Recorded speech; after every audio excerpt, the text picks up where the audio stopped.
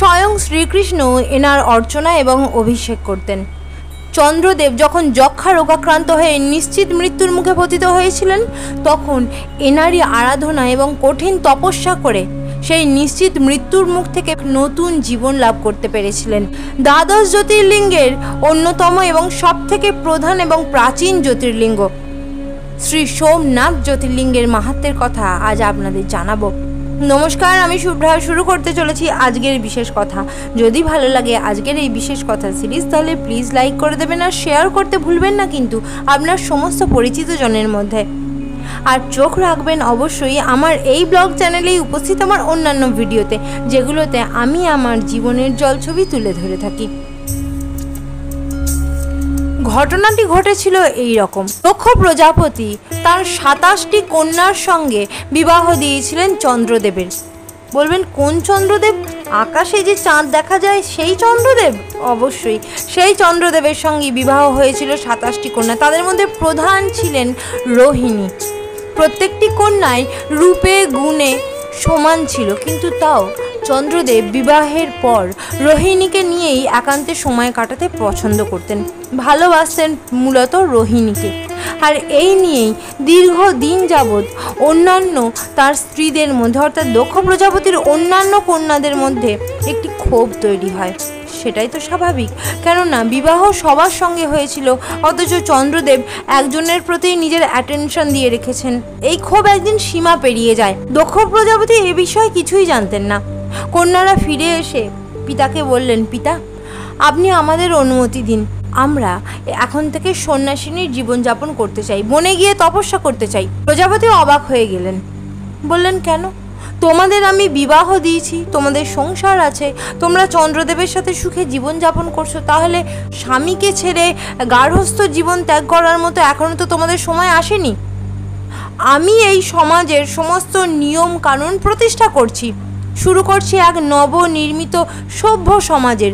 সেইখান থেকে তোমরা আমার কন্যা হয়ে যদি এই নিয়ম ভাঙো, তাহলে সাধারণ প্রজারা, সাধারণ মানুষরা আমার তৈরি নিয়ম মানবে কেন? কন্যারা তখন খুলে বলল, স্বামীর নিন্দা আমরা করতে চাই না, কিন্তু বিবাহের পর থেকেই চন্দ্রদেব একমাত্র রোহিণীকে নিয়েই একান্তে সময় কাটান। তার সমস্ত ভালোবাসা, সমস্ত সময় শুধুমাত্র রোহিণীর জন্যে। আমরা তো শুধুমাত্র নামমাত্র তার পত্নী। দক্ষ প্রজাপতি এই কথা শুনে অত্যন্ত ক্রুদ্ধ হলেন, কেননা তখনকার দিনে তার তৈরি নিয়ম অনুযায়ী একজন পুরুষ যতজন স্ত্রীকেই বিবাহ করুন না কেন, প্রত্যেকের প্রতি সমানভাবে নিজের সমস্ত কর্তব্য এবং ভালোবাসা সমেত নিজের দায়িত্ব পালন করতে বাধ্য থাকতেন। কিন্তু মন তো এসব মানে না, এটা তাকে কে বোঝাবে?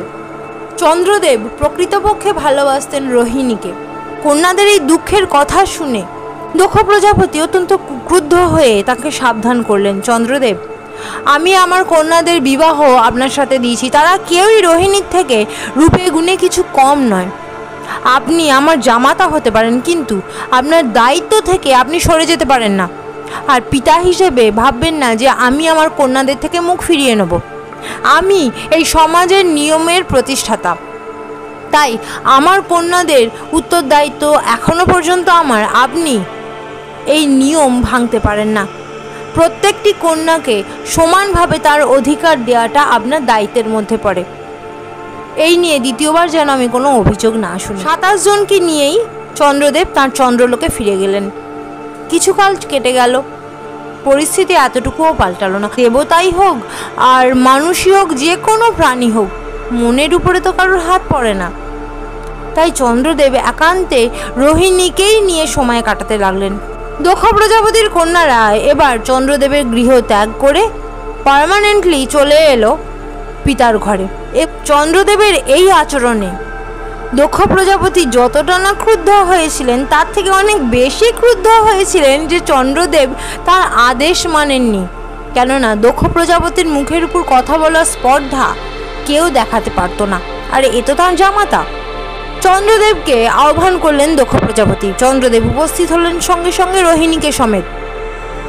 চন্দ্রদেবকে কোনো রকম কোনো কথা বলার সুযোগ না দিয়ে দক্ষ প্রজাপতি বললেন, তুমি বারবার আমার আদেশ লঙ্ঘন করেছো, তোমার দায়িত্ব পালন করনি। আমি তোমাকে অভিশাপ দিচ্ছি, ক্ষয় রোগগ্রস্ত হয়ে তোমার সমস্ত রূপ গুণ হারিয়ে মৃত্যু মুখে পতিত হবে।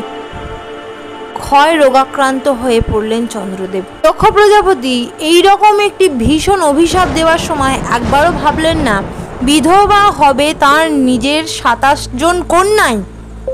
কিন্তু তার কাছে তার মেল ইগো অর্থাৎ তার অহংকারকে প্রধান হয়েছিল। কন্যাদের সমস্ত অনুরোধ সত্ত্বেও পিতা হয়ে তিনি তার অভিশাপকে ফিরিয়ে নিলেন না। তিনি জানতেন না যে কীভাবে ফেরাতে হবে এই অভিশাপ। চন্দ্রদেব অসুস্থ হয়ে পড়লেন। আস্তে আস্তে তার সমস্ত তেজ কমতে লাগলো। ক্ষয় রোগাক্রান্ত হলে তো তাই হয়, নিস্তেজ হয়ে পড়লেন তিনি। কিন্তু সেই সময়ও তার 27 জন স্ত্রী মানে রোহিণী সমেত আরও 26 জন কিন্তু তাকে ছেড়ে চলে যায়নি। তার ওই 27 জন স্ত্রী তার পাশে ছিলেন। সেই অশক্ত চন্দ্রদেবের শরীরটিকে তারা আগলে রেখেছিলেন। চন্দ্রদেব নিশ্চিত মৃত্যুর মুখে পতিত হয়ে দিন গুনছিলেন। এমন সময় নারদ মুনি এসে তাকে পরামর্শ দেন, যিনি সব থেকে শ্রেষ্ঠ, যিনি দেবতাদেরও দেবতা, যিনি আদিদেব, তিনিই একমাত্র তাকে এই মৃত্যুর মুখ থেকে ফিরিয়ে আনতে পারেন, অর্থাৎ মহাদেব। মহামুনি নারদ চন্দ্রদেবকে এই পরামর্শ দিলেন যে তুমি প্রভাসের তীরে চলে যাও। পৃথিবীতে একমাত্র প্রভাসের তীরই সেই স্থান যেখানে গিয়ে যদি তুমি মহাদেবের অর্চনা করতে পারো, কঠিন তপস্যা করতে পারো, তাহলে সেই পুণ্যক্ষেত্রে মহাদেবের আবির্ভাব অবশ্যই হবে, আর তিনি তো সহজেই তুষ্ট হন। চন্দ্রদেব মহামুনির আদেশ অনুযায়ী প্রভাসের তীরে উপস্থিত হলেন। তার ওই অশক্ত শরীরটিকে ধরে ধরে নিয়ে গেলেন সেই 26 জন স্ত্রী, যাকে তিনি একদা ভীষণভাবে অবহেলা করেছেন, যাদের স্ত্রীর মর্যাদাটুকুও তিনি কখনো দেননি। রোহিণী তো অবশ্যই সঙ্গে ছিল, কিন্তু বাকিরাও তার সঙ্গ ছেড়ে চলে যায়নি।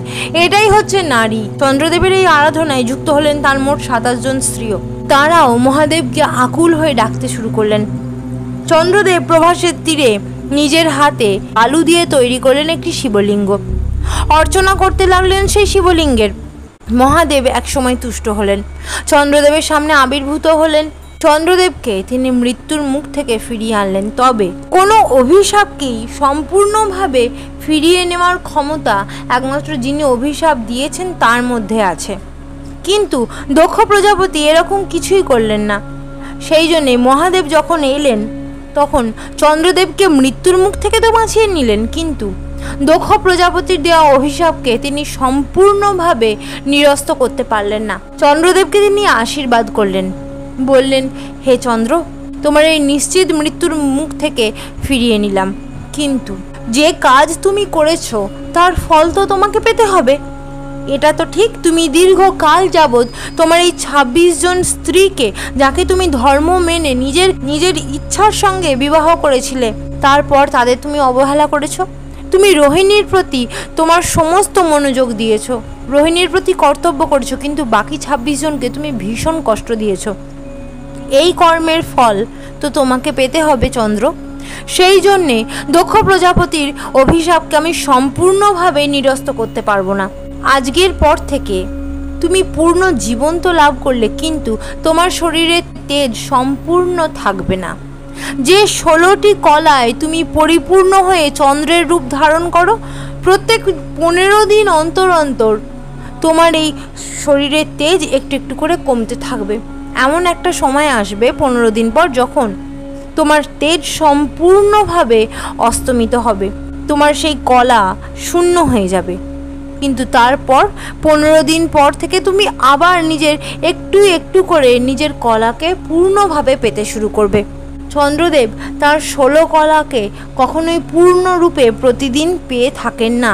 তার 16 কলা পূর্ণ হয় শুধুমাত্র পূর্ণিমার সময়, আর সেটি সম্পূর্ণভাবে অস্ত যায় অমাবস্যার দিন।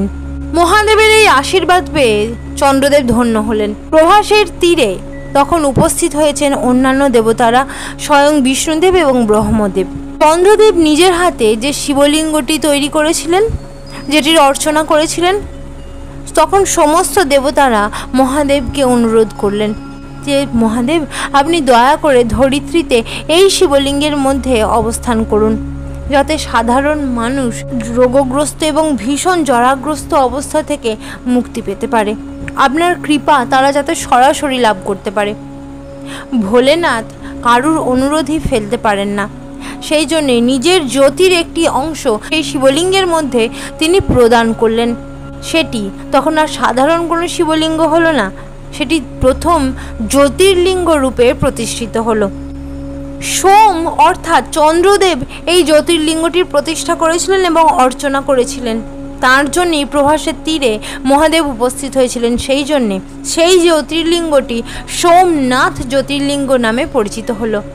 ধরিত্রী পেল প্রথম জ্যোতির্লিঙ্গকে। প্রভাসের তীরবর্তী এই জ্যোতির্লিঙ্গের স্থানে যদি কোনো জীবের মৃত্যু হয় তাহলে তার মোক্ষ লাভ হয়, অর্থাৎ সেই জন্ম মৃত্যুর এই কালচক্র থেকে মুক্তি পেয়ে যায়। কঠিন আরাধনা করেন আজও পর্যন্ত অগণিত ভক্ত শ্রী সোমনাথের। তাদের দৃঢ় বিশ্বাস যে সোমনাথে এসে যদি কেউ আরাধনা করতে থাকেন মহাদেবের মন থেকে এবং কঠিন তপের দ্বারা, তাহলে রোগ মুক্তি তার অবশ্যই হয়।